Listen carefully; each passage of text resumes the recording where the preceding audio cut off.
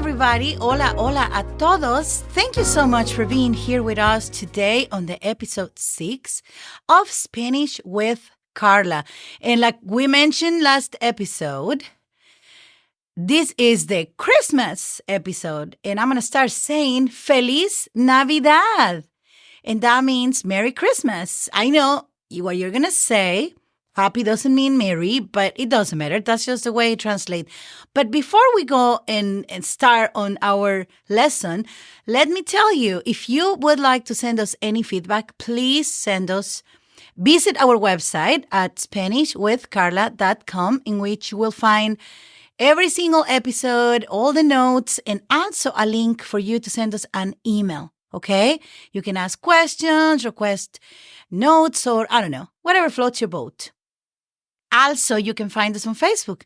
We have Spanish with Karla group, as well as Spanish with Karla page. So we have more ways to interact with you, and we would love to hear from you, okay? So don't hesitate. Just write us a line, and we will respond any questions that you might have, all right?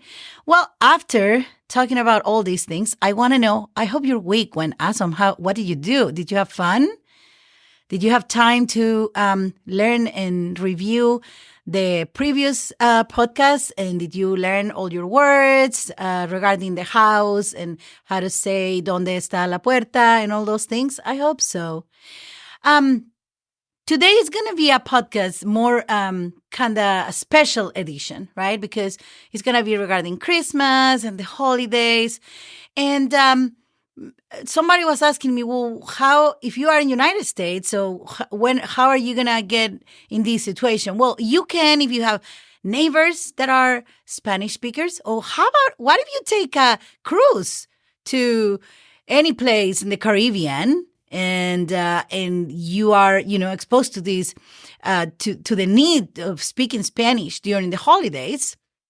And so that's the reason why we want to share with you. That way you are ready to rock and roll and to have fun and you know a few words in Spanish, okay? So like I said earlier, so if we start with Feliz Navidad, and that would be the translation for Merry Christmas. Like I said, Feliz, you spell it. Are you ready? Get your marker or open your notes document. Feliz. F as in Frank, E as in elephant, L as in lorry, I with an accent, Z as in zebra. Feliz. That means happy. Okay? That means happy. The other day I was actually watching a Hallmark movie, one of those Christmas movies, right? And I think it was either Irish or England. And actually, instead of saying Merry Christmas, they were actually saying Happy Christmas. And I went like, oh, okay, well, that's kind of the way we do it in Spanish. We say, actually, Feliz Navidad. Have you ever heard that song? Feliz Navidad, Feliz Navidad, Feliz Navidad, próspero año y felicidad. Okay, well, kind of the same thing. So próspero año is more for the new next week podcast, which is going to be on the new year. That's what it means. Próspero means it has to do with prosperity and, año is year, of course. And felicidad means happiness. So we're going to have a lot of good material for next podcast as well. Okay, so we already got Feliz Navidad, Merry Christmas. And now, of course, the word Christmas is Navidad. Let's spell it for you, okay? N as in Nancy, A as in apple, V as in Victor, I as in igloo, D as in dog, A as in apple, D as in dog. Navidad. It has to do with nativity. Okay, it comes from of course from Latin, and it has to do with the baby Jesus being born and the nativity of baby Jesus. Now, I want to tell you that I don't want to make this a religious episode because I'm not trying to do that. However, I want to share with you a little bit of the culture Okay, I grew up like this. Of course, when I grew up in Mexico, my family was really, really Catholic, and that's just the way it is on most of Latin American countries. And so I want to tell you that when the same way that we say in Spanish, I don't know, Christmas celebration, right? In Spanish, or in Mexico at least, they are called posadas. Posadas. Also, I think it comes from Spain, that word. And it's spelled P as in Paul, O as in Oscar, S as in Sam, A as in apple, D as in dog, A as in apple, S as in Sam, posadas. And let me tell you a little story. Again, I'm not mean to be, religious. But so the posadas is the celebration that we do in Mexico. There is a baby Jesus, like a big one, right? Like, think about it like a doll, but it's made like from some type of clay, and it's normally very pretty. So people, put some baby clothes to it and all that. So this baby Jesus, the posadas start, I think it's 12 days before Christmas. And then each family has the baby one day. Okay. So the people go and they sing a song, talking about or referring to the story when Virgin Mary went, and with the baby Jesus and Joseph, they were trying to find a place for them to be and spend the night. And so basically, they sing a song in which they're asking for a place to stay. That's what posada means. If you go to Spain and you ask for a posada, you're gonna find something like a hostel, right? Like not a fancy 5-star hotel. No. Posada is more, think about it like a guest house, but it's a more simple and, place, okay? Normally not fancy. The rooms are nice and pretty. There's no swimming pool. You see what I mean? Just a more modest place, okay? So people go and sing, like a bunch of people. They have candles, and then they get to the house, and then when they open the door, everybody goes in and they eat, a bunch of food, and they have a piñata, which is another word that I'm going to teach you how to spell, because we don't have a word in English, as far as I know, that translate piñata. Okay? Everybody that I hear just says piñata, but it's the same piñata word, right? So the simulation in the piñata also is supposedly people beat the piñata, and then all the candy and money falls from the piñata, and all the kids run and grab it. It's supposed to be gifts from God to the people that are there celebrating his son, right? And so there is a lot of cultural background involved. And the reason why I'm telling you is because if you go and you see all these things, you don't go like, what are these people singing for? Why are they carrying a baby? And then when they open the door, then the person, okay, so everybody goes singing, somebody's carrying the baby Jesus, right?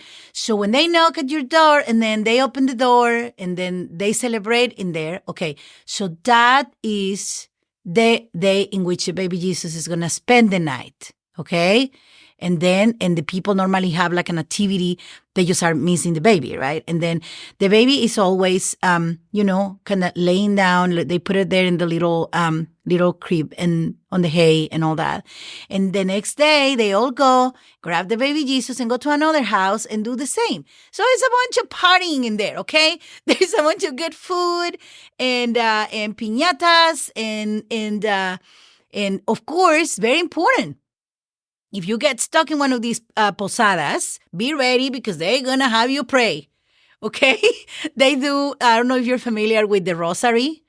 In Spanish, it's called rosario, and it's the same. That little kind of necklace that has all the little spheres and, So, and they pray, and then after they pray, everybody eats and has fun, okay? So just wanted to give you a little background on the way the Christmas celebration happens. And I also want to tell you that, of course, not everybody follows this tradition. But when I was growing up, it was very, very common. I'm not sure if now it still happens, maybe in a few, communities or tradition, but most of the people in the big cities and stuff are more into they just make, traditional food, and they don't do all these baby Jesus and stuff and singing and candles and all that. Okay. So now, after I told you a little bit of the cultural background of Christmas, let's spell piñata, okay? Even though it spells the same in English, but I'm just going to spell it for you anyways. P as in Paul, I as in igloo, Ñ, do you remember that? It's the N with the little tilde on top. A as in apple, T as in tomato, and A as in apple. Piñata. You know what? That's one of the things that I can tell you I was never able to outgrow. Every time that I see a piñata, I beg so people let me beat it. I love it. And that's one of my things. I do love it. And even if it's just a little bit, but I love going and beating the piñata. And I never run to try to get the candy because everybody's faster than me, I think, because I can't see. But still, to me, it's a cool thing, right? And it's fun, and the kids have lots of fun with it. So that's piñata, and you can find it in different forms, a star form or all kinds of different forms. And like I said, people also use it for birthday parties, or any kind of parties, right? So that's piñata. Now, different symbols that you might find, and say, for example, the wreath that you put on your door. In Spanish, you call it corona de Navidad, or you can also call it corona navideña. Okay, corona basically translates as crown. Crown. So, and the reason why is because it's always like round, right? It's like this circle with all these nice ornaments and stuff. Okay, so corona is spelled C as in cat, O as in Oscar, R as in rabbit, O as in Oscar, N as in Nancy, A as in apple. Corona. Now, navideña is basically, like I already told you how to spell Navidad. But when you're going to see navideña, which means basically if you were saying Christmas Eve or Christmas dinner, or that's a way to say without having to say Corona de Navidad, people use also navideña. Okay? So I'm going to teach you both. If you're going to say the wreath, and you're going to say Corona de, that of course is space, and then D as in dog, E as in elephant, space, and then Navidad, which you already should know how to spell. Navideña, you wouldn't have to say de. You only say Corona Navideña, and that would be spelled N as in Nancy, A as in apple, V as in Victor, I as in igloo, D as in dog, E as in elephant, Ñ or Ñ. I really don't know how to say in English that letter because it doesn't exist in English. So Ñ and A as in apple. Navideña. You can say either or, and they are both correct. So if you cannot forget what was it, what, then just say Corona de Navidad. Okay? Now, another thing that normally say Santa Claus. Okay. I am from the north part of Mexico, and there Santa Claus, people just call him Santo. Instead of Santa, they just put an O at the end, right? So they just say Santo Claus. So it's pretty much the same. Nobody's spelling it. It's just spoken. So it's just the way they say it. Now, Spain in the south or more center of the country, and also most of Latin American countries, South America countries, is going to be Papa Noel. Do you remember that song? Noel. Okay. Well, kind of comes from there. So papa is basically dad, right? Papa. P as in Paul, A as in apple, P as in Paul, A as in apple with an accent. Papa. And then Noel. I'm thinking it's spelled the same way you spell it in English. N as in Nancy, O as in Oscar, E as in elephant, L as in Larry. So Papa Noel. So you can, like I said, if you go and you say, ¿Dónde está Santa Claus? And you ask the kids like that, ¿Dónde está Santa Claus? Everybody's going to know who you're talking about. Okay? So don't panic about this one. I'm just giving you the background so you have an idea of, the ways that you can hear, Santa Claus being called. Okay. So now let's talk about elf. In Spanish, elf is called duende. I don't know if you're going to need this, but I'm still going to tell you how you spell it. D as in dog, U as in umbrella, E as in elephant, N as in Nancy, D as in dog, E as in elephant. Duende. And that's your elf, the Santa's little helper. So that's basically what it is. Duende. And you can also say Duende de Navidad if you want to, but Duende works just fine. Okay? Now, the next one, I don't think that you're going to need this, but I'm still going to tell you just because in many places in the United States, you still have snow when it's Christmas.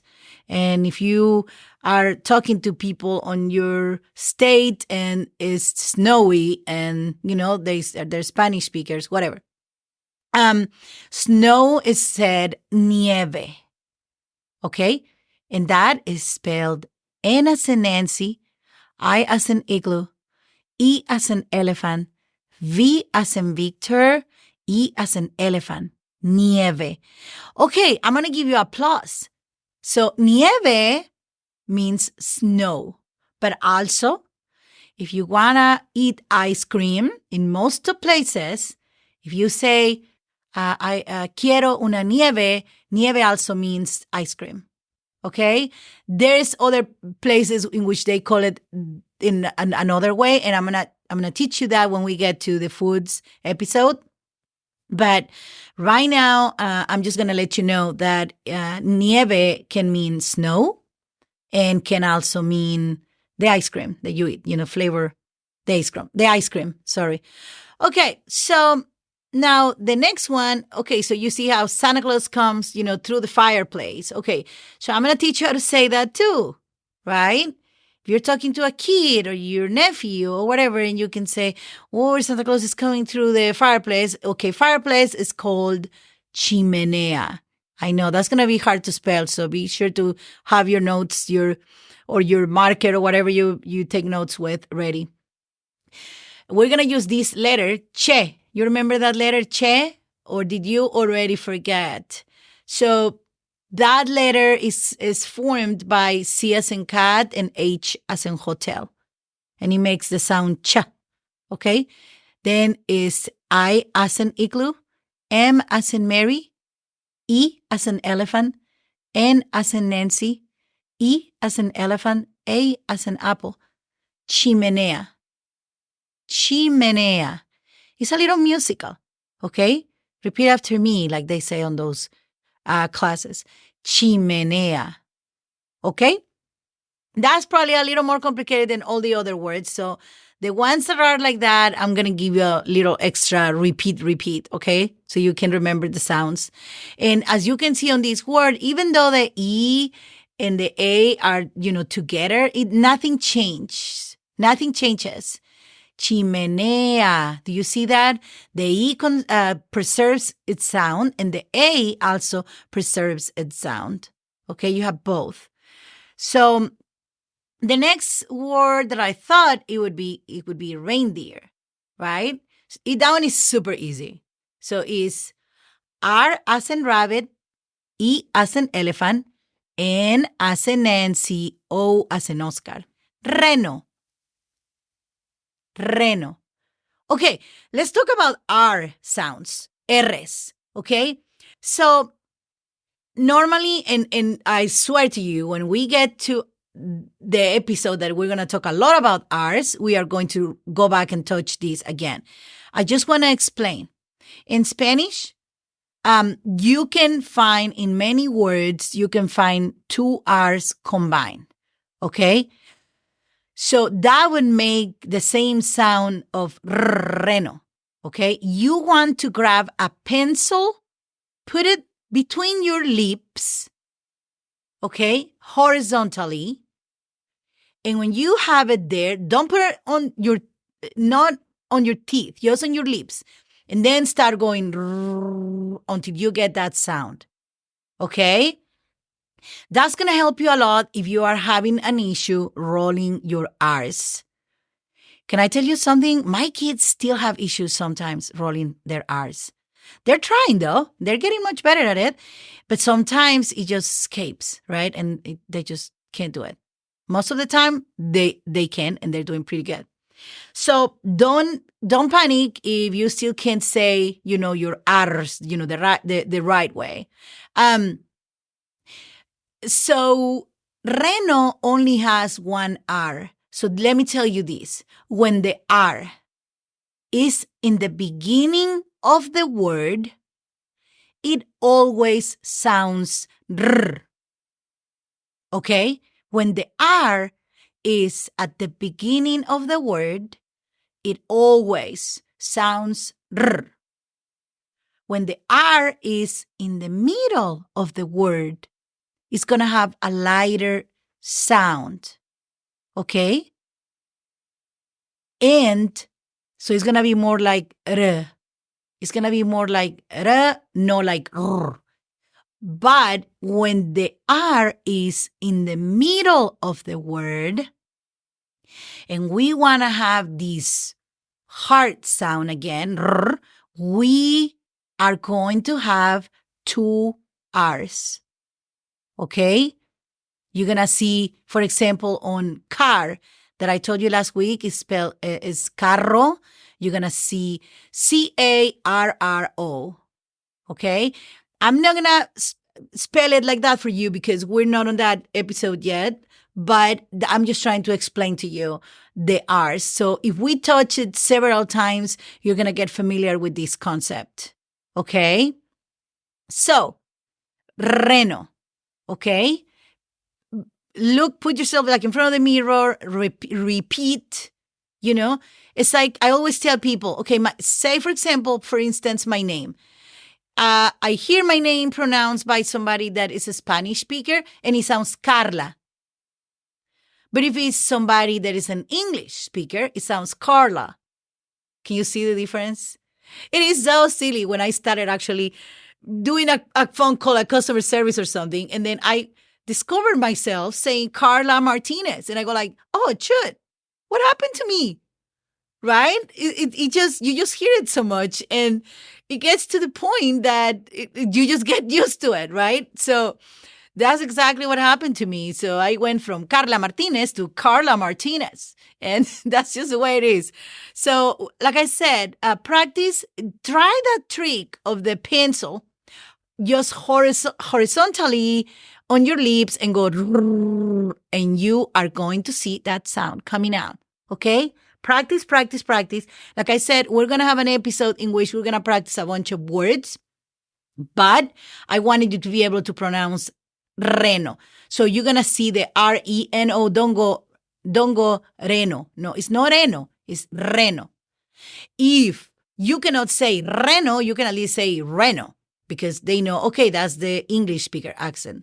But I know that eventually you're going to be able to roll your R's, okay?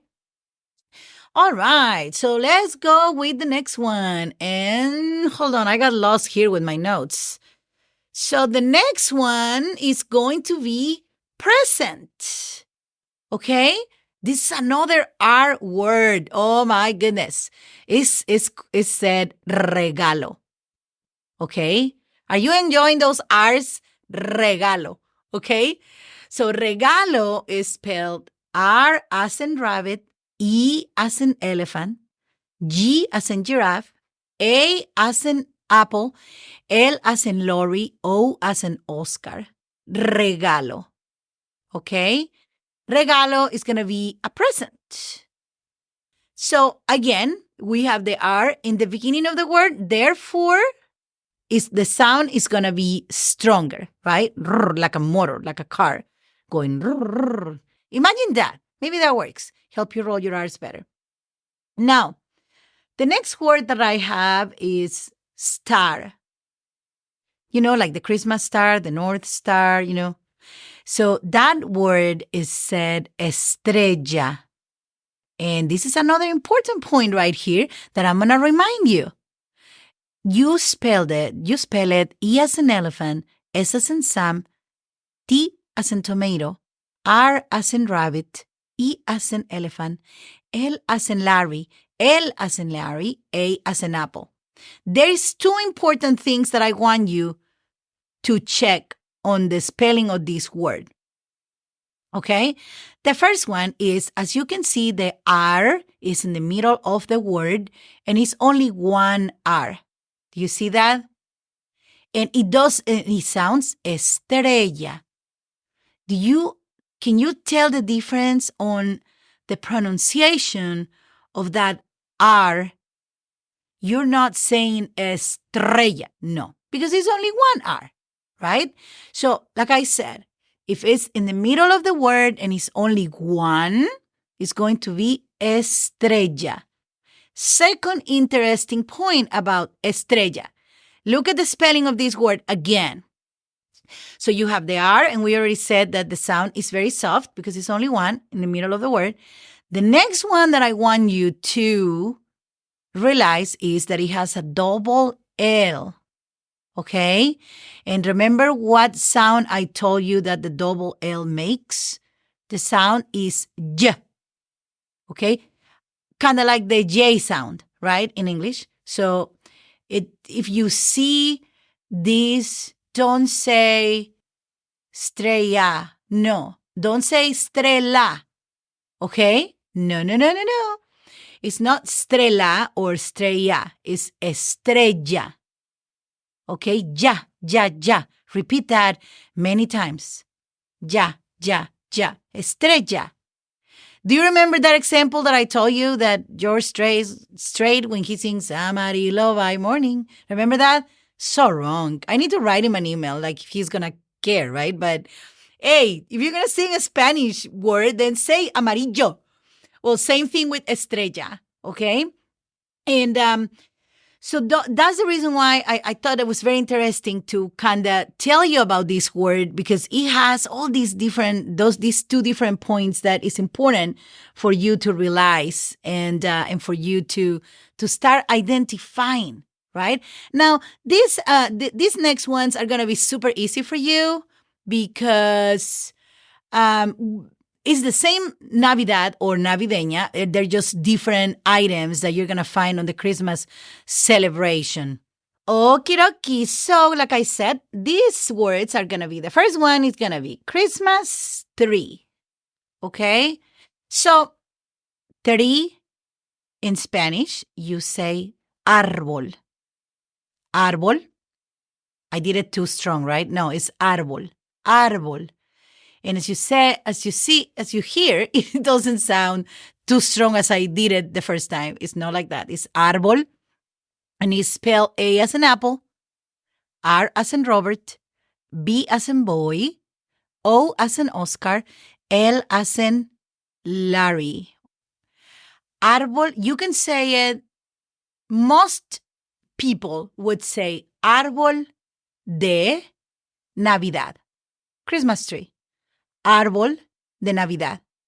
And you remember that it's árbol, space, D-E, space, Navidad. You already should know how to spell that word. So, árbol de Navidad has different words that we can learn within, right? The lights, that you see on the Christmas trees, they're called luces. And luces is a word that you can say, okay, so light, you say luz. And you spell that L-U-Z, as in zebra. Now, we're not talking about that word right now. We're talking about luces, which is the plural phase of the word, right? We're talking about all those little Christmas lights, right? Luces, which is the plural of luz, is spelled L as in lorry, U as in umbrella, C as in cat, E as in elephant, S as in Sam. Luces. I'm going to tell you a bonus thing if you are a lot into the spelling of the Spanish language, okay? And like I said, this is not something that you have to memorize, but if there's any of you that really cares a lot about the spelling, this is a good thing for you to know, okay? When you have a word that the singular word ends on Z as in zebra, the plural is always going to have a C as in cat, okay? Rather than an S or a Z or whatever. If the singular person it has a Z as in zebra, then the plural, it always going to have a C. Luz, luces. Lápiz, lápices. You see what I mean? So it's going to be like that. You can remember that. It's a rule. And like I said, most of the examples, Spanish, the rules are more strict than what they are in English. No offense to anybody, please. But you need to remember that I actually learned English when I was an adult already. So and then I'm also learning Portuguese. So I see the difference on the grammar rules. Is very open, eye-opener for me on this. Okay, so that's one, las luces. Okay, because remember, in this case, because for some reason, light is feminine. So if you're going to talk about the lights or the Christmas lights, you say las. You remember that from last podcast? Las, L-A-S, luces navideñas. Or las luces de Navidad. Okay? Now, another thing that you can find in a Christmas tree would be ornaments. Okay? So just the simple general idea of an ornament is going to be adornos. And that is A as in apple, D as in dog, O as in Oscar, R as in rabbit, N as in Nancy, O as in Oscar, S as in Sam. Adornos. Adornos. Also, you see that soft sound of the R in there? Adornos. Adornos. Now, when you are talking about those little, the spheres, right? The crystallish, bright, colorful, little round things, the spheres. Okay, so that one is almost the same in Spanish, okay? It's going to be esferas. And also, check on that sound of the R on that word. E as in elephant, S as in Sam, F as in Frank, E as in elephant, R as in rabbit, A as in apple, S as in Sam. Esferas. Esferas. That is limited to the spheres, crystallish or covered with, whatever, glitter or whatever, however they are, but that's specifically to the round ones, okay? Esferas.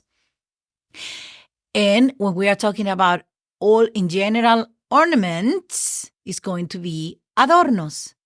And the star that goes on the top is going to be estrella. Do you remember that? Estrella.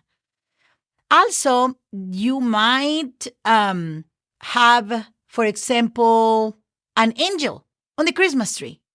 Okay? Some people do. So that you're not going to have any issues with that. The word in Spanish is spelled exactly the same way it's spelled in English. You just say it differently and you just add an accent on the first A. So you have a first A with an accent, N as in Nancy, G as in giraffe, E as in elephant, L as in lorry. And you say ángel, ángel, ángel, angel, Same spelling. Just remember your accent on the A. And if you're not going to write it down, don't worry about it. You just say ángel. Remember, the G in Spanish, rather than having that GG sound, is going to be more like a H sound. So it's ángel, ángel, ángel. Okay? Okay, got it. So I don't think there is anything else that we need to talk about with the Christmas tree. If you think of something that you say, oh, she didn't mention how to say whatever, please send us an email. And I promise for next podcast, I will tell you the translation, spelling, and everything, the way to say it in Spanish. I tried my best, but sometimes I just, something might have just escaped my mind or my perception of, I was trying to visualize the Christmas celebration and trying to think what words would be more helpful for you to know. So let's get out of the Christmas tree and go, of course, Christmas Day. It is basically dia, like the same word you used to say, regular day, right? Dia. D as in dog, I as an igloo with an accent, A as an apple. Dia, that means day. Okay? De, again, D-E, Navidad. Okay? In this case, you cannot say Día Navideño. No, that doesn't sound right. So in this case, it's going to be only Día de Navidad. Christmas Day. Okay? Christmas Day. Día de Navidad. So did you get the spelling for Día? It's easy. D as in dog, I as an igloo with an accent, A as an apple. Space, D-E, dog, elephant, Navidad. Okay, now, so normally when you go and visit somebody on Christmas Day, you are going just to say Feliz Navidad. That's going to be pretty much your default. But if you are talking about, when are you leaving? Oh, el día de Navidad.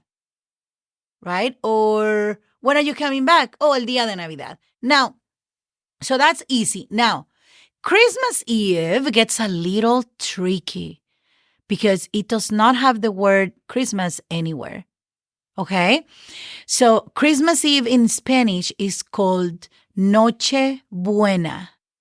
Noche Buena. Okay? Noche means night and buena means good. Okay? So basically, this comes from the fact that that's the night in which, Mary and Joseph came and then they asked for, posada to stay in the house, blah, blah, blah. And that's the reason why they just call it like that, Noche Buena. And so let's spell that, even though you already should know how to spell noche and also buena. And the reason why it's buena and no bueno is because noche is considered feminine, right? If you want to say the night, you're going to say la noche. You see what I mean? So noche buena. Okay. Noche is spelled N as in Nancy, O as in Oscar, C as in cat, H as in hotel, E as in elephant. You see that? Remember again the letter che, noche. And then buena is B as in boy, U as in umbrella, E as an elephant, N as in Nancy, A as an apple. Noche buena. Okay, and that's pretty much Christmas Eve. So most of people in Latin American countries, and more for sure, I know in Mexico, the bigger celebration is actually the Christmas Eve. Do you know that? And I want to talk to you a little bit about it. So people get together on Christmas Eve. People get together around 8 in the evening. Remember that I told you that in most of Latin American countries, people eat dinner really late. And as far as I have learned, also in in Europe, at least in Spain, Portugal, people are eating dinner after 8 at night. So 8, 9 at night is your regular dinner time. Okay? So people show up at grandma's house or whoever member of the family, and they all get together and eat. It's very common, depending on where you live, most of the people in Christmas, they do the traditional food of the region in which they live. So it's not very common to have like turkey and ham. Okay? I'm still going to show you how to say turkey and ham, but you're not going to see it very often. Maybe turkey more than ham. Okay? Turkey basically is said pavo. Okay? And that's P as in Paul, A as in apple, V as in Victor, O as in Oscar. It's very simple. Pavo. In Spanish, you're going to hear it more like pavo relleno. And that means stuffed turkey, basically, right? And I want to tell you that in Mexico, actually, they cook the stuffing in a very different way that we do it here. In most of Latin American countries, the stuffing has raisins and nuts, and it's very flavorful, peaches. And it's like a sweet, and also, of course, the bread, right? But it's more like a sweet and salty stuffing. And then once it's ready, guess what they do? The turkey has been cooking in the oven for, let's say, 3 hours. And then they pull it out. They put the stuffing inside the turkey, where you get all the guts from and all that. And then they uncover it so it gets that golden, beautiful color. So basically the stuffing gets that flavor from the turkey as well, and you leave it for another hour, okay? So relleno is spelled R as in Robert, E as in elephant, L as in Lorry, L as in Lorry, E as in elephant, N as in Nancy, O as in Oscar. And that means stuffed, okay? But it can also mean stuffing. If you're talking only about the stuffing, they call it like that, relleno, because you use it to stuff the turkey, right? So you have learned these words that you can use in two different ways as well. Relleno can be, if you say pavo relleno, you're saying stuffed turkey, which is the way you're not going to hear only, do you want the turkey? People are normally going to say pavo relleno. Then if you say, oh yeah, I want only the turkey, but I don't want the stuffing, then they would just cut a slice of the turkey for you. But that's the way they just, speak about it. Okay. And there's also common to have, they make like a pork leg, or, the baby porks, also that they're called lechon. And have you ever seen them with an apple, like in the mouth? And then they fill them with deliciousness, with spinach and cheese, or cubes of ham and bacon. Oh my God, I'm getting so hungry now. Okay, so that's more common. Lechon, which means the baby pork, the little ones. That one is spelled L as in Lorry, E as in elephant, C as in cat, H as in hotel, O with an accent, N as in Nancy, lechon. And that's basically the baby pork. And you're going to hear this word again, lechon relleno. Why? Because the lechon has some stuffing inside, different things, okay? So you're going to hear these things. This is kind of the most common, the pork leg with some pineapple on top, basically take the place of the ham we use in here. And it's just pierna, P as in Paul, I as in igloo, E as in elephant, R as in rabbit, N as in Nancy, A as in apple. They don't necessarily say, pork leg. They just say pierna, and everybody assumes they know what they are talking about. Okay? Now, of course, you know about the tamales.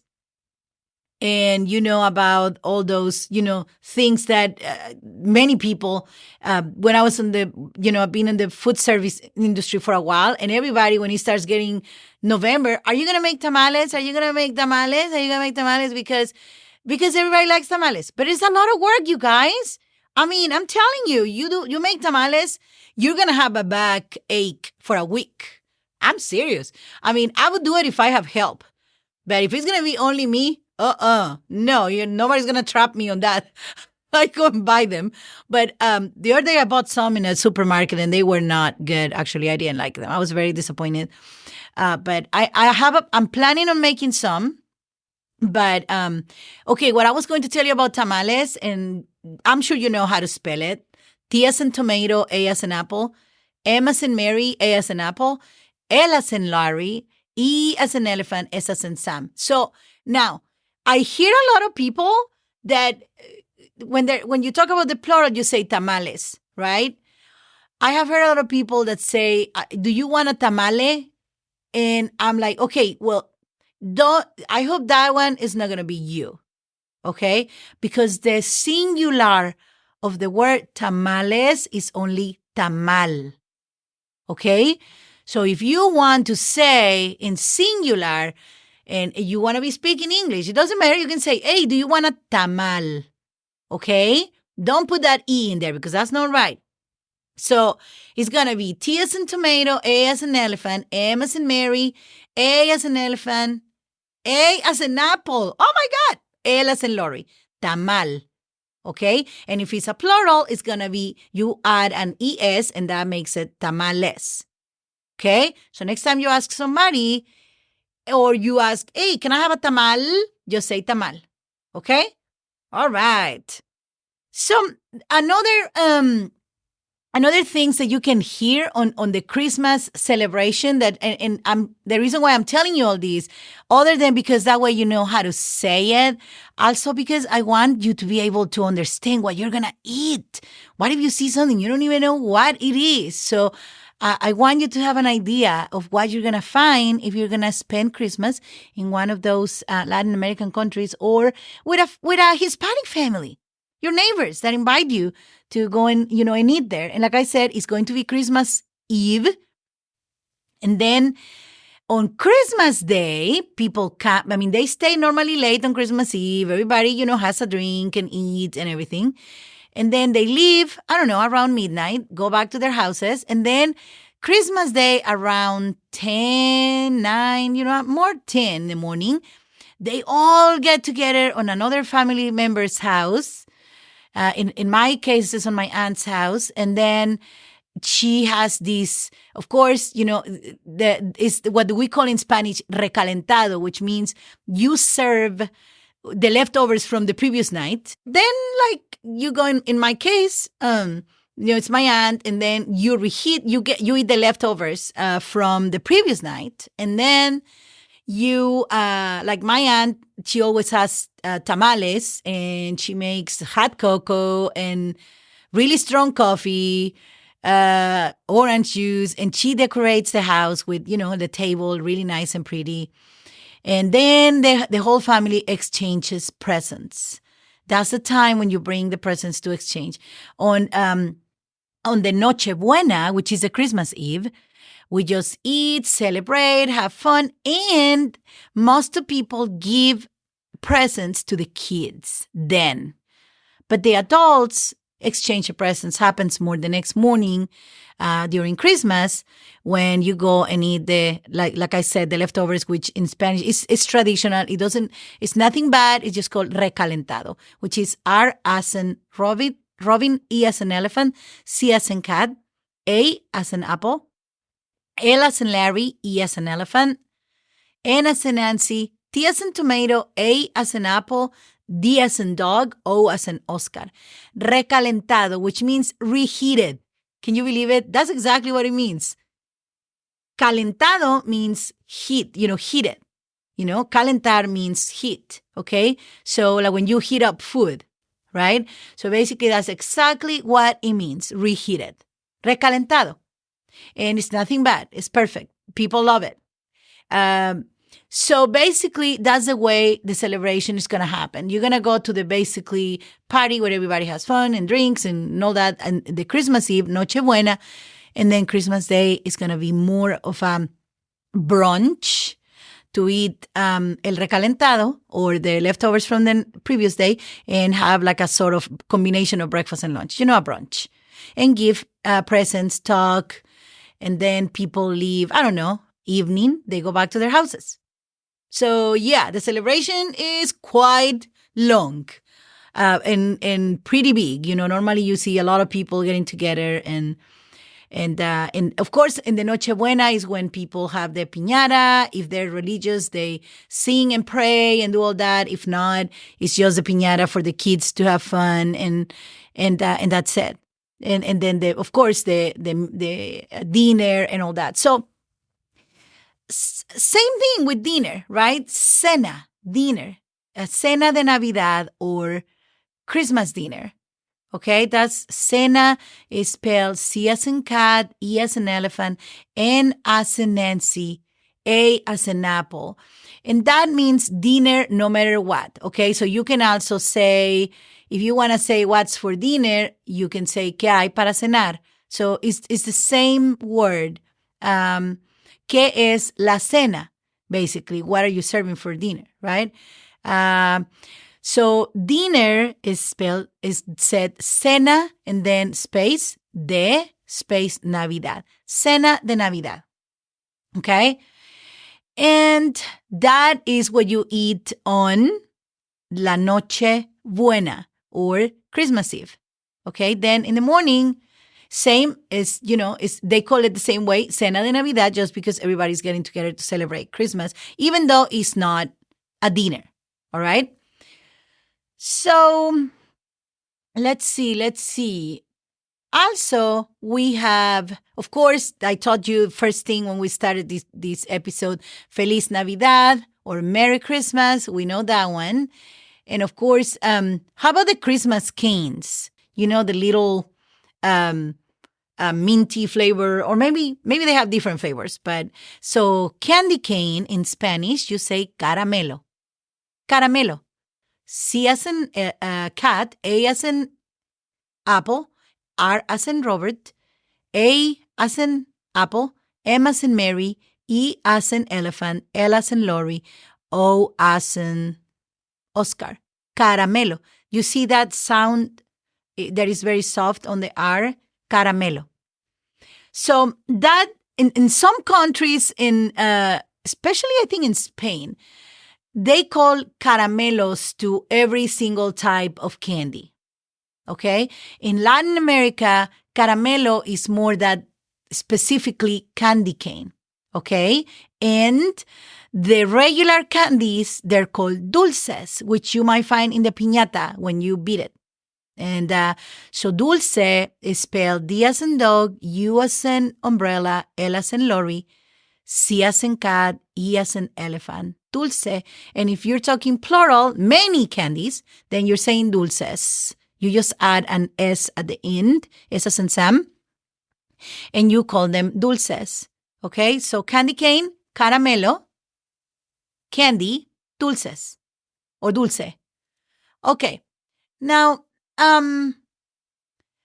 like you guys know, Christmas, just the word, right? Christmas is just Navidad.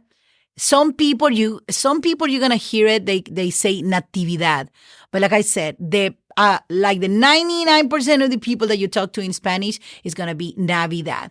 Another food. Let me tell you before I run out of time.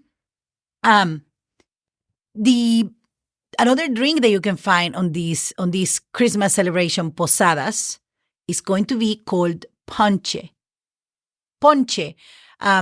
And that's spelled P as in Paul, O as in Oscar, N as in Nancy, C as in cat, H as in hotel, E as in elephant. Ponche has a lot of similarities with what we know here as punch, okay? Like citrus punch or whatever punch. However, I'm going to tell you, you need to be careful because the ponche on the posadas, okay, think about a fruit soup, okay? So they start boiling some water and they throw a bunch of different seasonal fruits. I'm not going to go into the names of those right now because it's going to go on the foods episode, okay? But they put a lot of fruits and sugar cane, the actual original, like the stick, the sugar cane in it to give flavor. They don't put any sugar or any sweeteners. You get the sugar from the real thing, right? The sweetness. They let it boil until the fruits are really nice and, cooked. Then they throw a whole bottle of rum in it, And they serve it hot in a mug because normally Christmas is a cold time of the year. And when you drink it, it doesn't taste. Oh, hold on. They put the whole bottle in it, and then they turn it off. So it doesn't continue evaporating, the whole thing, right? But you still need to put the liquor while it's hot. The thing is that when you drink it, it seems so like simple, and it's like, no, you can never think that something like that is gonna hit you. You're drinking your drink, like if it's a little tea because it's nice and warm, it doesn't taste like anything, and you finish drinking your cup, just wait until you eat the fruit on the bottom. That stuff is gonna hit you. So that's what I'm telling you. Watch out, because yeah, I don't want to tell you those stories, but woohoo, you're sitting down enjoying. The minute you get up to go to the bathroom, the world starts spinning on you. It's so crazy, and we just don't think about it, right? You're just like, oh, it's like a tea. No, no, it's not like a tea. And you want to ask, in most of places, when they make the ponche, before they pour the rum, they save some for the kids. So you want to ask, be sure to ask, because, some people don't care. They just don't feed the kids that. They make hot cocoa or other drinks for the kids because they don't want to get, confused. So, but you want to ask. And ponche normally, for the most part, it does have a whole bottle of rum for one big pot of it. So that would be the ponche, and also the rompope, which is pretty much eggnog. Okay, so if you want eggnog, the way you need to ask for it is rompope. And that is R as in Robert, O as in Oscar, M as in Mary, P as in Paul, O as in Oscar, P as in Paul, E as an elephant. Rompope is very similar to eggnog. And at least in Mexico, it was the nuns in the center part of Mexico started making it for, people from Spain when they came, the big wigs of the Catholic Church or politicians or whatever. So they make it. And then, of course, it also has rum. And it can hit you pretty good too. That one you can find in most of stores. And let me tell you, when you go to the store and buy a bottle of rompope, which you see that strong sound on the R, don't let them fool you. Here in the United States, the eggnog, you buy it and it doesn't have alcohol, right? For the most part. But like if you find it on a regular store, it's not going to have any alcohol. Any bottle of rompope that you find in Mexico in a regular grocery store has rum. Okay? So I just want you to be aware of those things when you go and, go and have your trip to the Caribbean or Colombia or Mexico, whatever. If you see a bottle of rompope, it is going to have alcohol. You can read it. They might be doing something different, but the last year when I went to Mexico and I bought a bottle of rompope, it was pretty strong. So, and very delicious, actually. Okay, so basically, guys, I just wanted to give you an idea. I still have more words to tell you, but we are pretty much out of time. And what I'm going to do, I promise, I'm not going to lose my notes. I'm going to save the other words for next week. And that way, you don't miss them. Okay. So I want to wish you all a Merry Christmas. Feliz Navidad. I send you a big hug and I wish you the best. I hope these Christmas celebrations, you have a lot of fun. You enjoy with your family or with your friends or whoever makes you happy. And I hope you have a wonderful Christmas or holidays celebration. Thank you so much for being at Spanish with Karla, episode 6, special edition, Christmas. So thank you so much for listening, and I hope you have a wonderful week. I will talk to you next week.